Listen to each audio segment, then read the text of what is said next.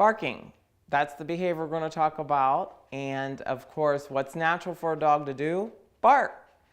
How do they bark? When they want to let you know they want something, someone's at the door, they are bored. There's all kinds of reasons a dog will bark. The first thing you have to do, again, is stage and set it up. And second is make sure that exercise is a part of every dog's program. If they're not being exercised enough, boredom sets in and barking takes over.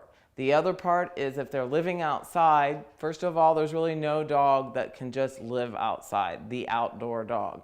They are a pack animal. They belong with a pack. So if they spend most of the time alone and outside, it can be very, very stressful, and they will bark at everything. And on top of that, being alone and being put outside means you've been kicked out of your pack. So many behaviors can result from being put away and somewhere else. So that would go into any behavior that you're looking at. Now, barking tools, we need to have either a squirt gun. Again, I've got my big Rambo size, but you can actually go to the small size. An interruption tool, a throw can, a throw chain, or even the clap of your hands. All of that's going to depend on what your dog's personality is like.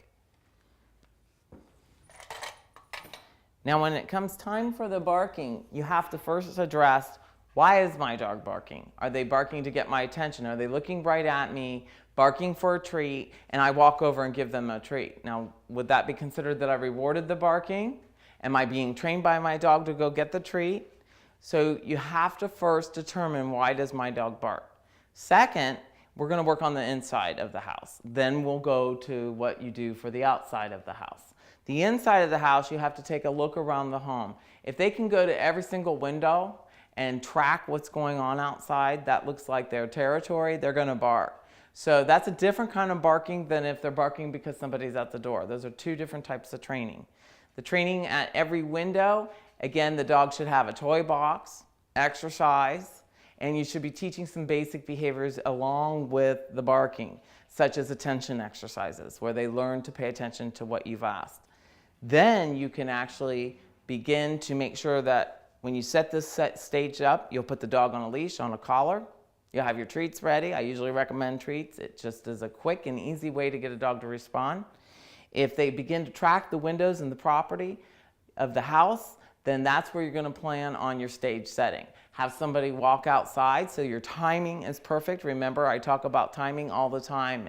The fact is, it's just like taking a picture with a camera.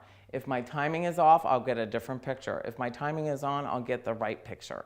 That's how dogs learn, in the moment and for exactly what you're wanting to train. And of course, if you're rewarding the behavior you like, you'll get that behavior to increase. So, barking at different things outside, you have low distraction, medium distraction, high distraction. Low distraction is just somebody making noise. You're ready with your interrupters. You would immediately make that interruption sound paired to the word you want. So it could be quiet or stop. And you only want to say it once, not stop, stop, stop, stop, because that teaches them to listen to 4,000 or 5,000 words. And I call it the Charlie Brown teacher syndrome. Wah, wah, wah. That's all they hear. You have to say a word paired with an interruption. And then when you get the quiet, quickly reward that. You're not waiting for a really long quiet. That's an advanced dog in training. So that would be for the windows. Now let's go to the door. We first do this where somebody could just knock at the door. Of course, today he's not going to bark, but he's been barking through all the training. The stay search barking, that would be low distraction. It'd be a drop of a throw can. It'd be a clap of the hands.